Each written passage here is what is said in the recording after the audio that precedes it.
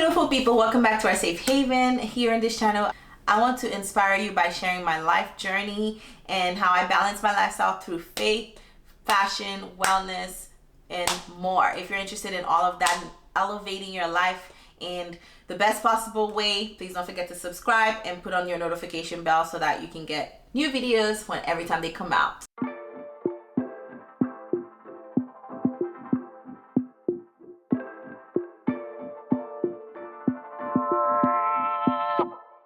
Now, as you can see, the last video that we was watching was about the discovery of my uterine fibroids. I basically gave you like a summary on how I discovered it, and now we're going to be talking about what I decided to do.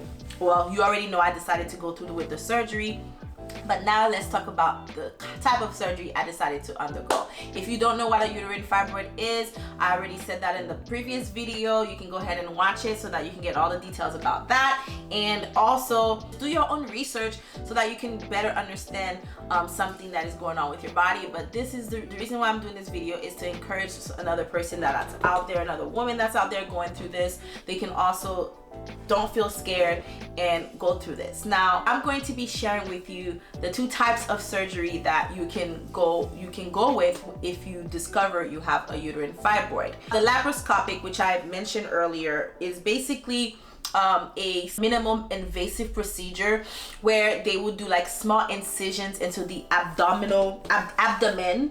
They will put a laparoscope in, which is like basically a little camera, and also other surgical instruments into the abdomen to kind of go in and kind of see and remove the fibroid.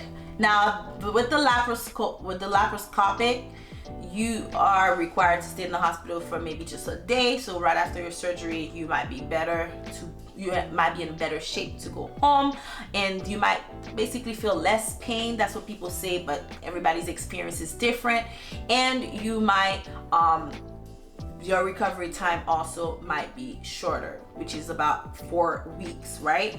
And then you have the open myomectomy. It's basically the traditional surgical procedure way, and it's technically a C-section where they're cutting on your bikini line, and they just make a small little incision there, and they will go in and remove the fibroid. This surgery is usually picked with people that have a bigger size fibroid versus the laparoscopic for people that have smaller size fibroids that are easier to remove.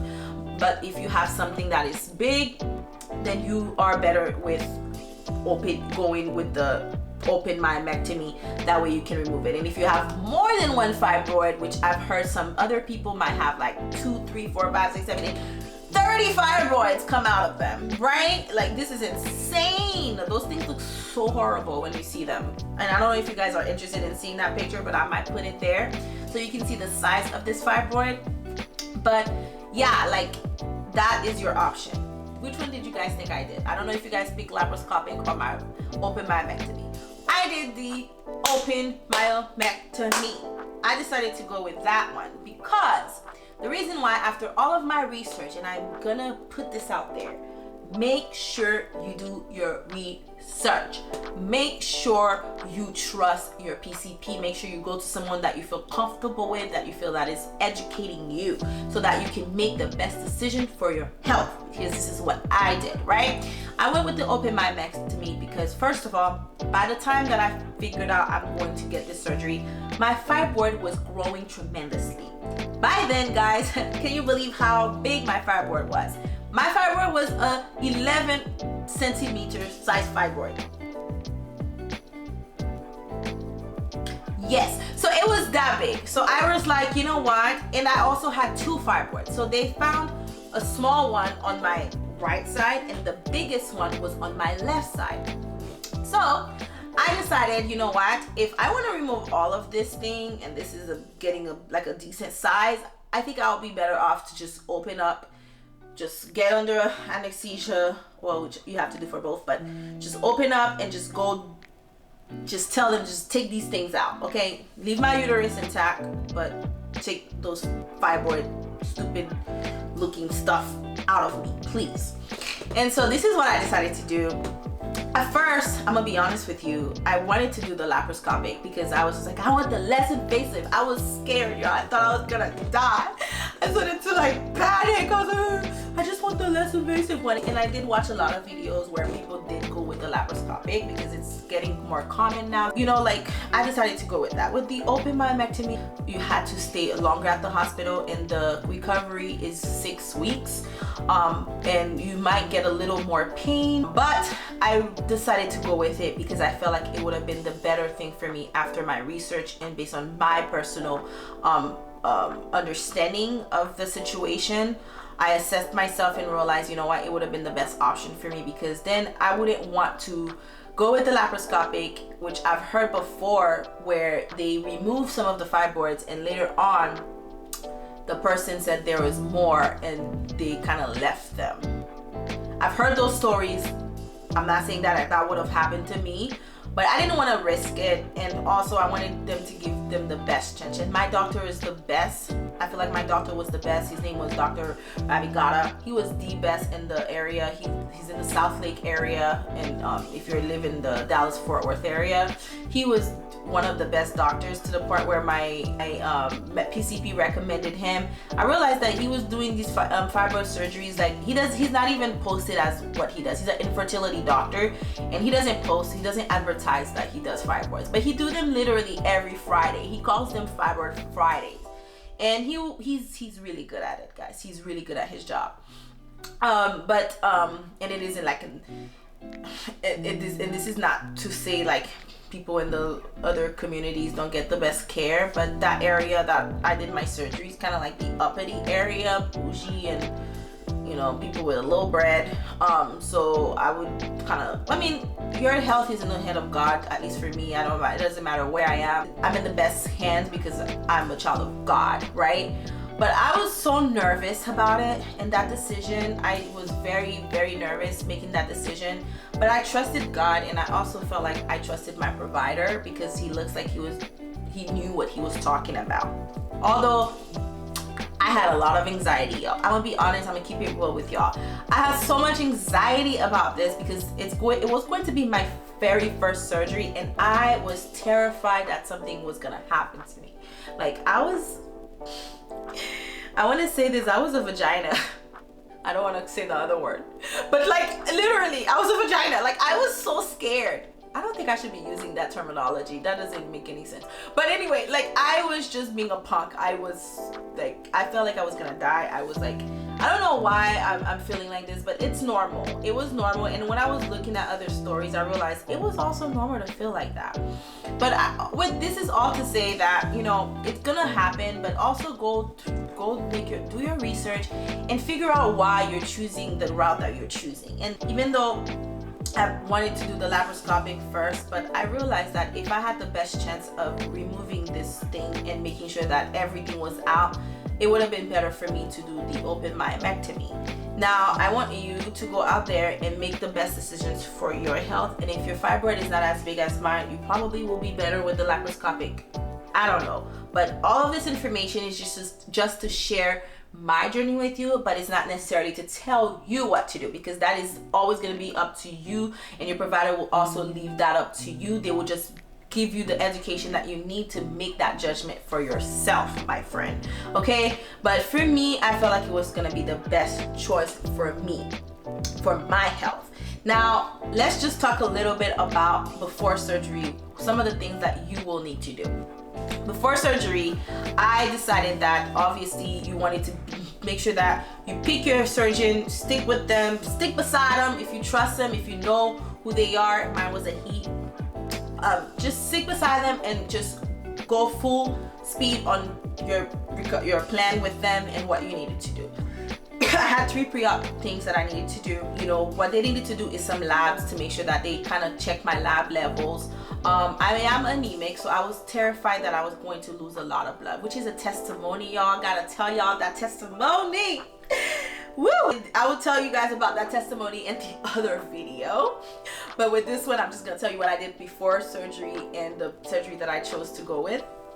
But yeah, so before surgery, did my pre-op. Checked my labs. My labs were fine. Everything looked normal, so I was good to go. I was supposed to have the surgery on January 2023, but I decided to move the surgery to March instead of 2024. So all of this rediscovery happened, and then I went to the doctors. That was in 2022. I discovered it in 2021, like end of 2021. 2022, basically all I was doing is doing my research and going back to different providers to make sure that I made the best decision for my health, y'all. And then I decided in 2023 I was gonna have that surgery, which is what I did.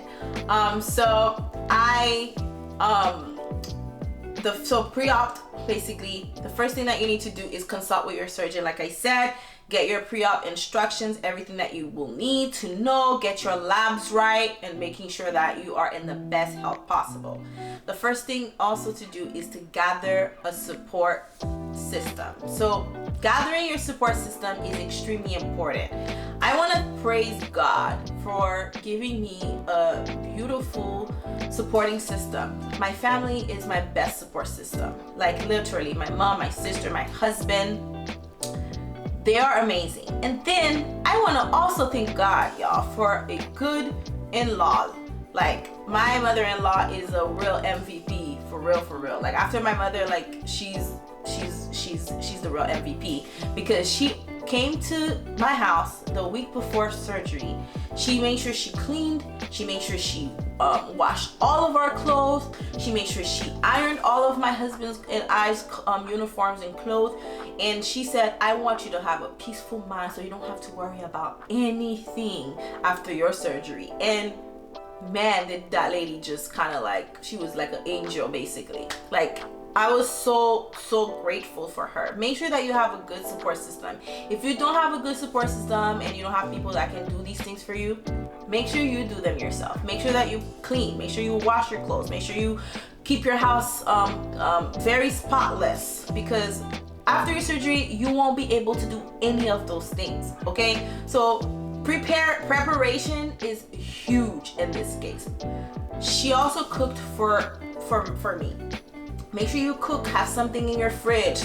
What are you gonna eat for the next couple of weeks? And if it's a lot of fruits and vegetables, I know fruits and vegetables can go bad, you know, you might want to do like shopping, but make sure you have somebody that lives with you that is able to support you throughout this journey before your operation or before your surgery. And I'm so grateful for her, because I couldn't have done this if it wasn't for her.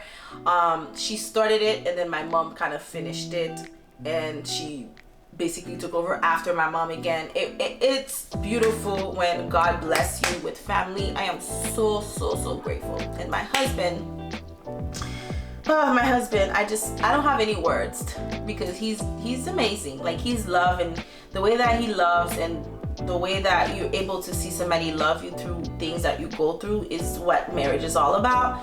And y'all, he was the real MVP. And I'm gonna tell you guys what he did during my surgery, like before. Like he's continuing to be my rock in this period of time that I'm going through this process as well of my recovery journey. Like he's been my rock basically.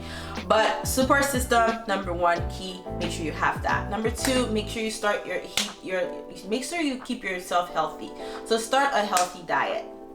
For me, I'm gonna show you guys a couple of pictures here of what I did. In the morning, I woke up, I would do like before the surgery, like leading the week up to the surgery, I kind of like did a little, how would I say, like a little cleanse. So every morning I would wake up and I would kind of drink like a water with cucumber and lime, so that I can detox myself, right? So I did that for like the first 3 days, because I was going to juice and eat, right? I would eat healthy vegetables and juice. So the first 3 days, as you can see, I am getting water off the fridge every morning, empty stomach, I just drink it. Then the second days, after I did that for like 2 days, I think I detoxed for 2 days.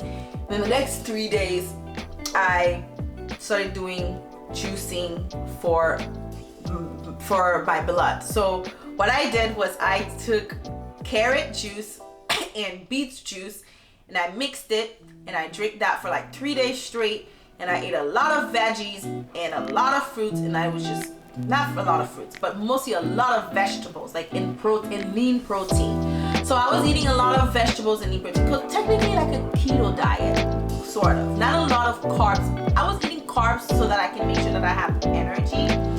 But I was eating a lot of protein and vegetables, lean protein and vegetables, and I did the juicing. That was the best thing I could have ever did for myself, honestly. Like, I felt great. I felt energized. I felt very strong. It felt great just knowing that I was in the best shape that I was going to ever be.